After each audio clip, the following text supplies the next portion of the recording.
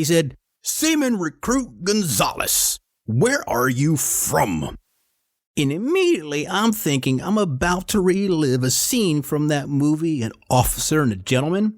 Now, if you don't know that movie, you should know by now. Just look it up. Gonzo, the Coast Guardiers, Boot Camp, Episode 9, Range Day and the Wolf Pack.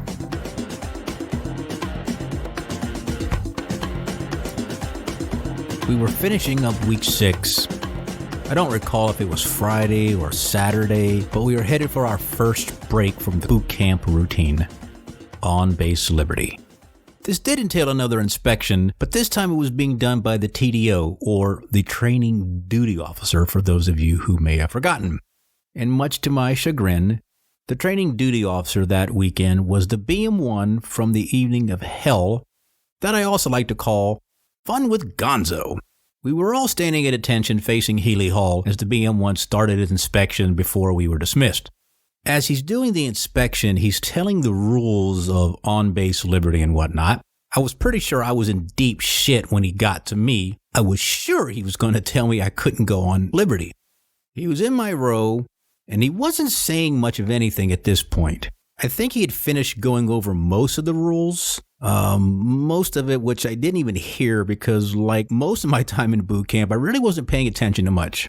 My mind was always wandering somewhere else. And in this case, well, I was thinking I was pretty much fucked. He was just a few recruits away from me. And being as it was November in Cape May, it was a little chilly outside, but I know I was starting to sweat. He finally makes his way to me. I'm not entirely sure I remember what he said, but I do remember him asking in a very loud voice, loud enough that the entire company could hear him. He said, "Seaman Recruit Gonzalez, where are you from?" And immediately I'm thinking I'm about to relive a scene from that movie, An Officer and a Gentleman. Now, if you don't know that movie, you should know by now. Just look it up. I yell out, "Sir, Virginia, sir!" And he laughed. The effing company commander laughed and just replied, "How the hell did you end up in Virginia?" And he walked away. I don't remember if he said anything, but he just walked away, went on to the next person. He never actually did any inspection of me. He just walked away. He did finish up the rest of the inspection.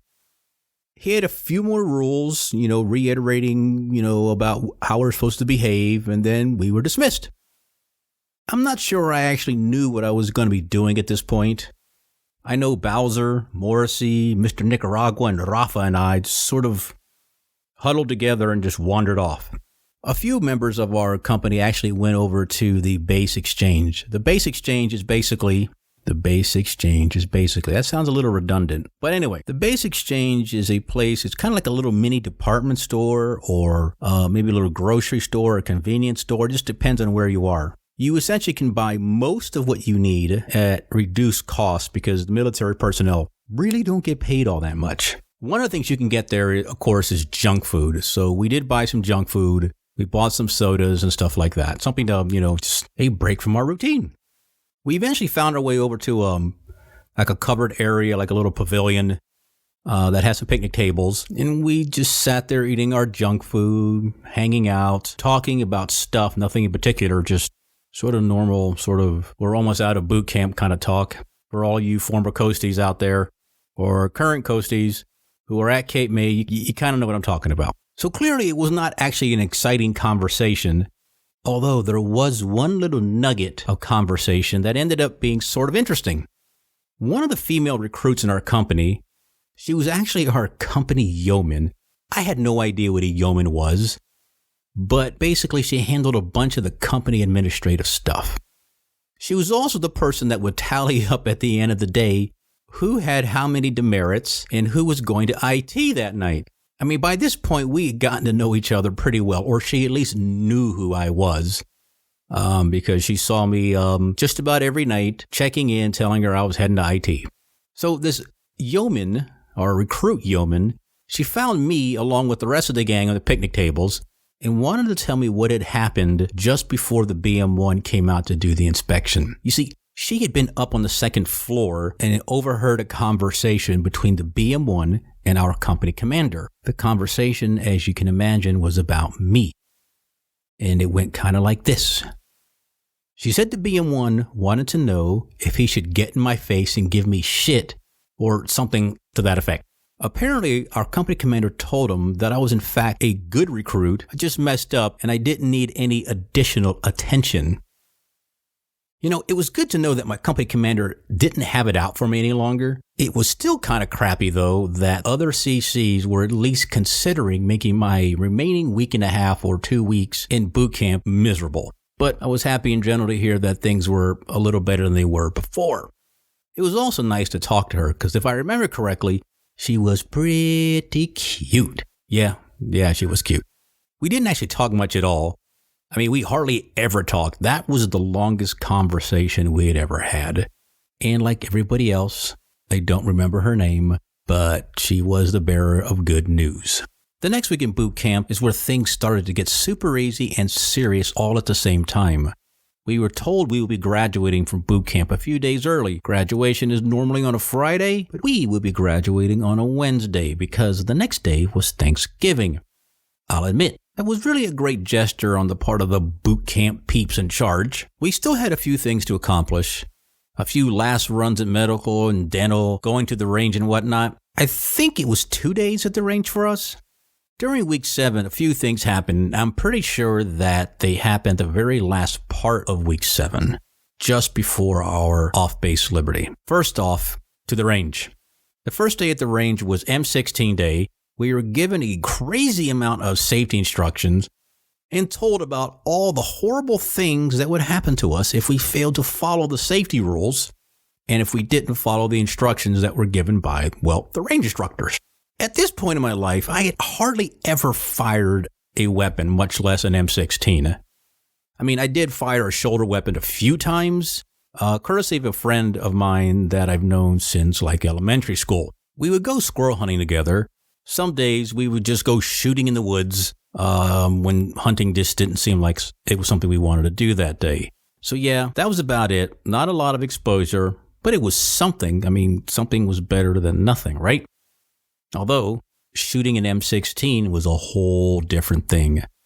For starters, a few things I didn't know about an M16, but they did have a direct impact on me. On an M16, the empty case that ejects to the right. So if you held your M16 on the right shoulder and fired, you were in good shape. I'm right-handed, but I have a bit of an issue. You see, I shoot shoulder weapons from my left shoulder, not my right shoulder. Why? Well, because when I was learning to shoot, or just growing up, I always sighted with my left eye, not my right. It's not that I'm a cross-dominant shooter.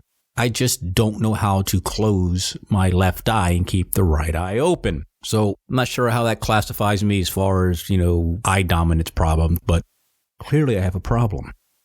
I shoot from the left shoulder, as I said, which means the empty case ejects right across my field of view, which really was a pain in the ass.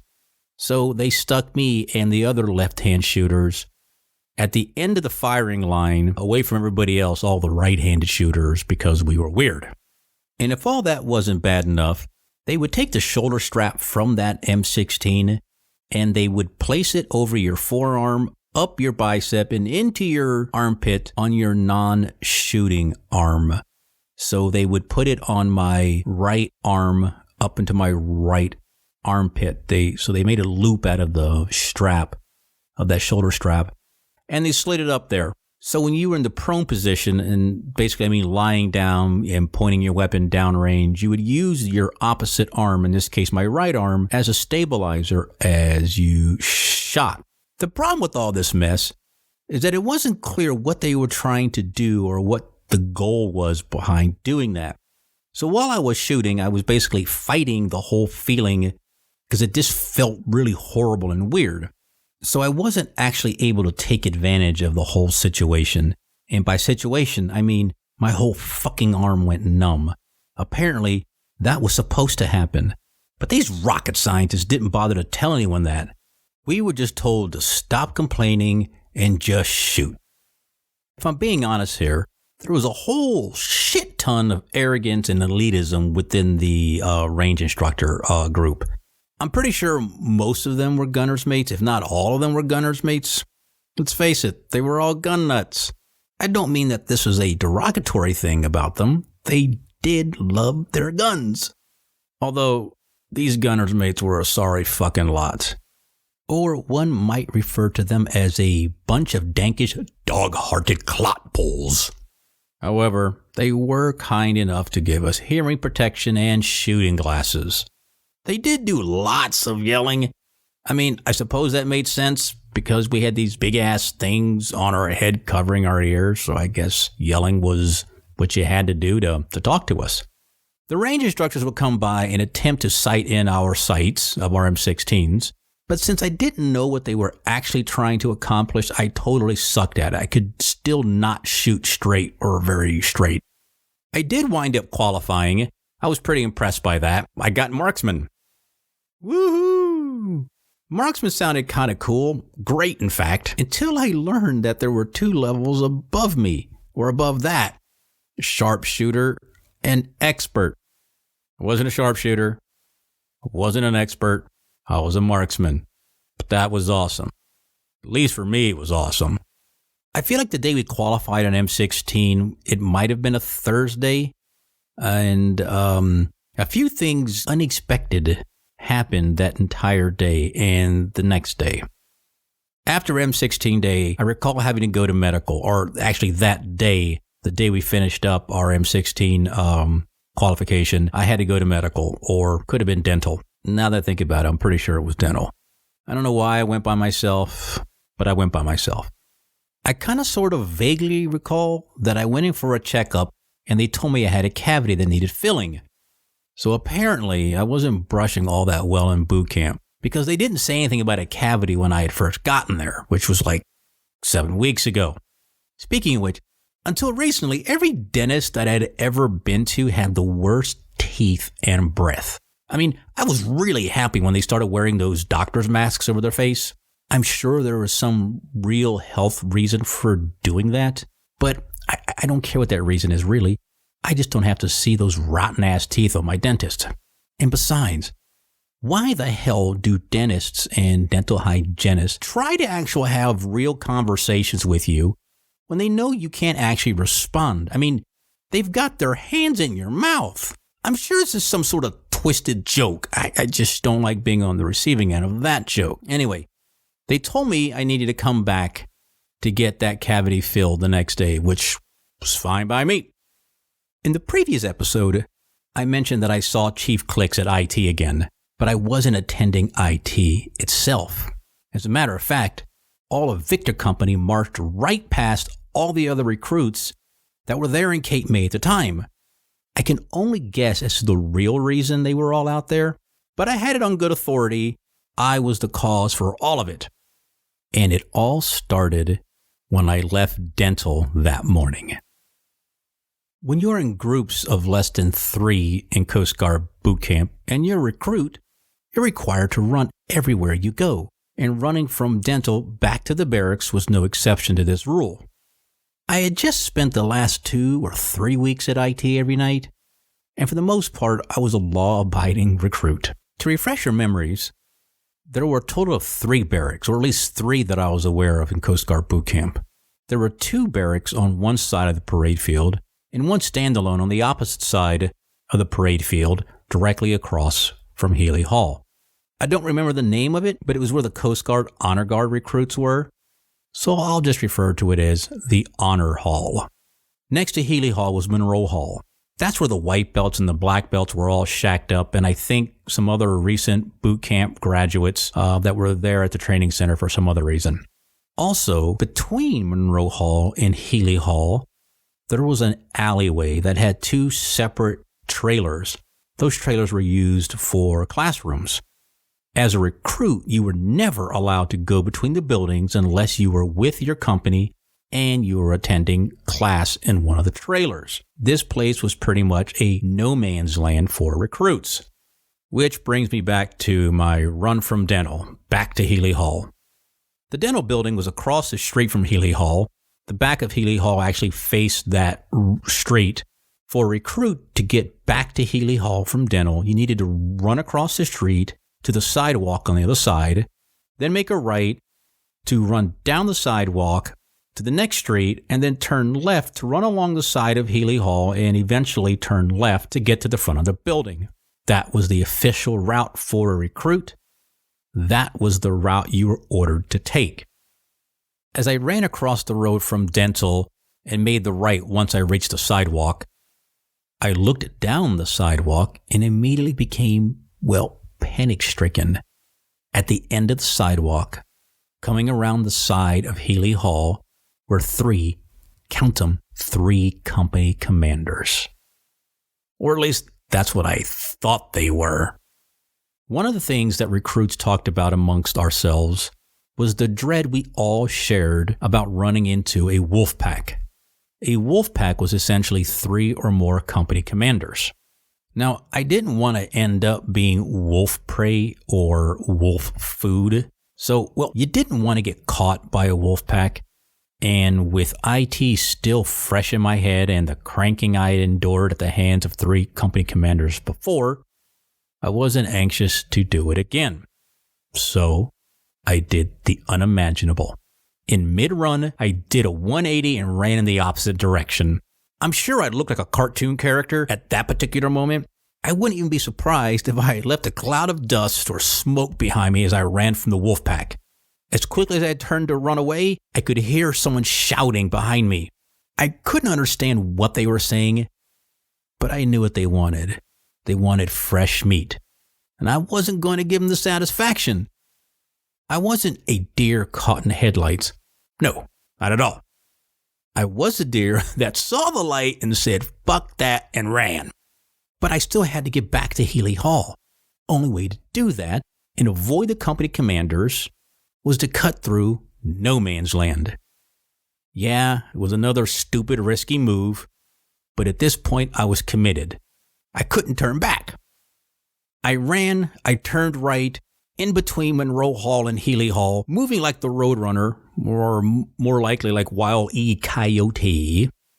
As I sprinted between the classrooms, I came to an abrupt halt. I had gone from panic-stricken to near terror. Walking towards me was another company commander. This particular company commander was actually an assistant company commander, or a company commander in training, I think. He was also an SS1. A assistant specialist, which was a fancy way of saying he was a cook. Now, I think he was kind of a short guy, but he was a bodybuilding type of guy. I even think he was Italian, so I might refer to him as SS1 Spaghetti. I mean, he was Italian, or is Italian. As I stopped running, I slowly started walking and saluted him. Greeted him loudly, "Sir, good morning, sir." He returned my salute, said good morning back, and told me to carry on. And carry on I did. I dropped my salute and kicked my ass into turbo, ran even faster if that was even possible. I came out between the 2 buildings, took a right onto the walkway that doubled as the track around the parade field. I sprinted up the stairs to the entrance of Healy Hall, ran up a couple flight of stairs to the 2nd floor squad bay. I made it. I had escaped the wolf pack. I just needed to lay low and hope no one out there saw that it was me. I mean, other than the SS1, Spaghetti, nobody else saw me, right? Yeah. A few minutes after being in the squad bay, chatting with Bowser, Morrissey, Rafa, and Mr. Nicaragua, I didn't say anything to anybody about this. It was just normal sort of chit-chat. I heard the squad bay door open, and before anyone could yell attention on deck, our company commander was yelling at us to get down. So, while we're in the push-up position, I think I was already starting to sweat again. The chief bosun mate, Ho, was yelling at us about a fucking recruit that ran away from a group of company commanders, even after they ordered the recruit to stop. You have no idea what great news this was to me. They had no idea who ran away. They didn't know it was me. I just had to hope SS1 Spaghetti didn't hear about this, or put 2 and 2 together, or I was severely screwed. Our company commander cranked us for a few minutes. I wasn't sure if he was actually trying to force someone to confess to it, or perhaps have someone snitch. Nobody knew. I didn't say shit to anybody. The cranking was over pretty quickly, And it wasn't even something that was all that severe, or at least not something we weren't already accustomed to. We were near week 7's end. At this point, we were all feeling pretty invincible, so it wasn't that big of a deal. He yelled a bit more. He told us to get up. He left the squad bay, and it seemed as though the whole event was over. The wolves lost, and the deer, or maybe me, the fox, had gotten away. Victor Company continued with our remaining training tasks for the day, one of which actually happened later that evening. Because we were leaving 2 days early, they were trying to cram more classrooms into one day than they normally would have. One of these classes ended sometime after 8 p.m., right after IT had started. It was already dark. We were in the 3rd week of November, so it got dark early. But I had noticed something that I hadn't noticed before. As we were leaving the class and marching along the walkway by the parade field, it looked as though the parade field was illuminated like for a nighttime football game. The parade field also had probably, or maybe I'm exaggerating or just remembering wrong, about 300 recruits all in the push-up position. I think that was all the recruits that were at Cape May at the time. It may not have been that many, but there was a lot. I could hear someone shouting from the other side of the parade field. They had like this pavilion, and the shouting was being done through like one of those bullhorns that you see on television with the cops are using or whatever. Victor Company and me, of course, looked to the source of the yelling, and well, fuck, it was Chief Clicks yelling at the other recruits. My recollection's a little foggy, but from the screaming, I'm pretty sure he was mentioning something about a recruit who had disobeyed a direct order and had run away from other company commanders. The recruits were getting their asses kicked so bad, you could see the steam coming off of their bodies. I mean, the grass was wet that they were doing push-ups in, so they were damp, and the steam was coming up, and bad. Clicks was yelling something about that if the one recruit wouldn't come out and, confess to the crimes, then everyone was going to pay for it. Well, not everyone was going to pay for it, especially not me. We marched into Healy Hall. We didn't look back at the other recruits that were outside on the parade field. We went through our normal evening routine, got our uniforms prepped for the next day. Taps came. The lights went out. All was good. The next morning came, the same routine as normal, PT, breakfast, and preparing for day 2 at the range. We were all pretty excited. Not too long after breakfast, we were back in our squad bay. Someone yells, "Attention on deck!" We all knew who it was. We could hear the taps on his shoes as he walked across the squad bay. God damn it, it was fucking Chief Clicks again. But he wasn't alone. The BM1 was with him. They went up to our recruit commander, or RC. He was this tall dude from the very beginning in episode 1 that was saying, "Come on, you gotta fess up whoever broke the toilet." This dude and I never got along in boot camp. I mean, he was the cause of me getting into trouble more than once. Well, he actually provoked a situation that I couldn't in good conscience walk away from. But that's a different story. I might do that as a bonus sort of episode, I think. I don't know. However, it seems as though all of his shitty behavior or the way he treated people all sort of came to a head right at that moment.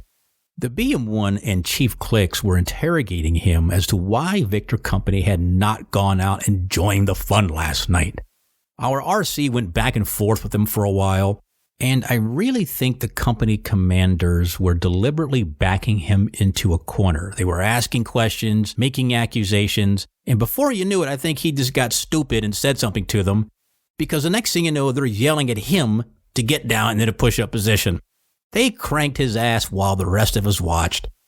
I'm not sure how everyone else felt about watching the spectacle, but I can tell you without any reservation, I was happy to see it. I'm pretty sure I was even smiling, at least on the inside. I had escaped the wolf pack, I didn't get cranked, and I got to watch that asshole get cranked while the rest of us watched. It was great. It was awesome. He was a fucking jerk. You've been listening to Gonzo, the Coast Guard Ears, written and produced by Tim Gonzalez, and I'm Nicholas Gonzalez, the voice guy. Join us Monday for another episode of Gonzo, the Coast Guard Ears.